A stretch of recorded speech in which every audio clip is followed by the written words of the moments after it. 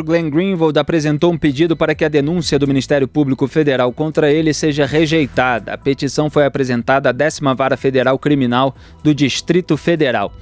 Caberá ao juiz federal Ricardo Leite decidir se aceita ou não a denúncia do Ministério Público Federal. Se ele aceitar, o americano se torna réu. Esse também foi outro tema abordado na entrevista do procurador Deltan Dallagnol à Jovem Pan hoje de manhã. Tem aí, Robson, pode soltar. Sobre a pertinência ou não da atuação. Essa questão eu não vou responder porque nós estamos numa posição muito peculiar. Além dele ser um colega nosso que está atuando num caso concreto, nós somos vítimas desse caso. Então eu entendo que a minha manifestação nesse caso não é adequada. Agora, em relação à sua segunda questão, posso sim responder porque é uma questão estritamente técnica. Quando a polícia não investiga, não indicia alguém, pode o Ministério Público, com base em provas autônomas, elaborar e oferecer uma denúncia?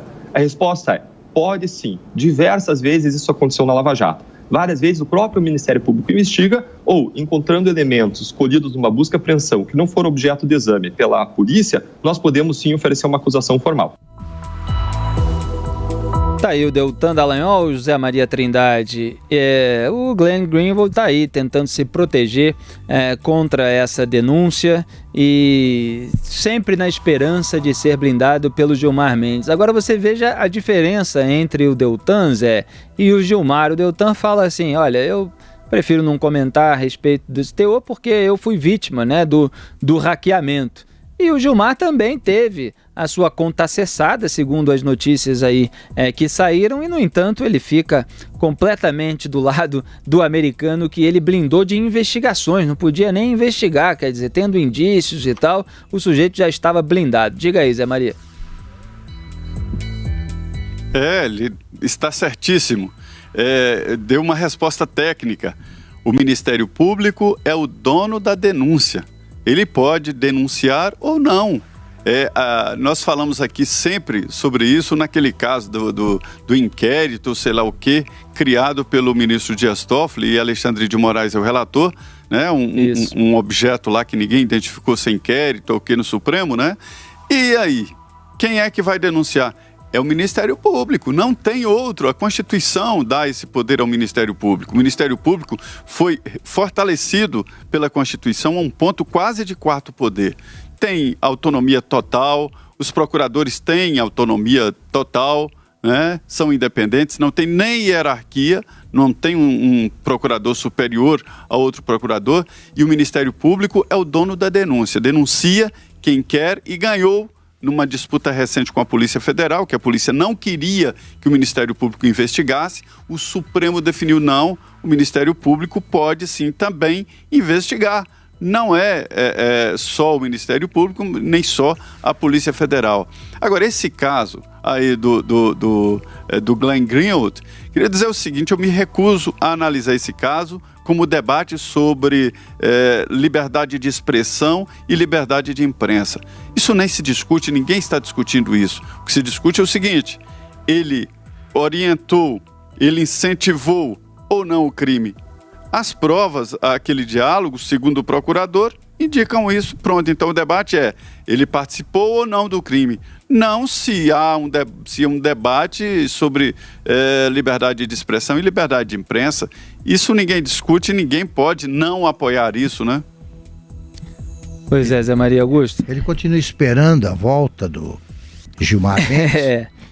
Ele já apresentou um pedido aí para que a denúncia seja rejeitada. Agora o caso não está ainda no Supremo Tribunal Federal, talvez já entre com alguma coisa lá quando o Gilmarzinho, né, o blindador, voltar.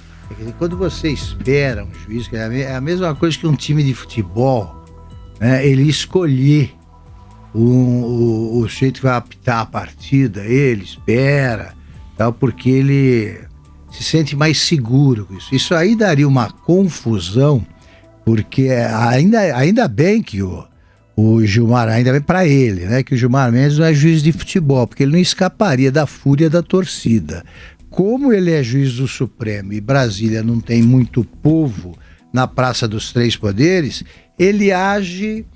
o comportamento dele me sugere um juiz capaz de apitar o pênalti a favor do time do qual ele é torcedor numa falta no meio de campo, expulsar o cara porque ele suspirou perto do do Bandeirinha, né? Coisas desse tipo ele é capaz de fazer.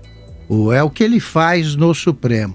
E aí, quando um ministro, um juiz é escolhido por um réu, aí não precisa de ninguém para se considerar absurdo, não precisa de mais nada para se considerar absolutamente desmoralizado.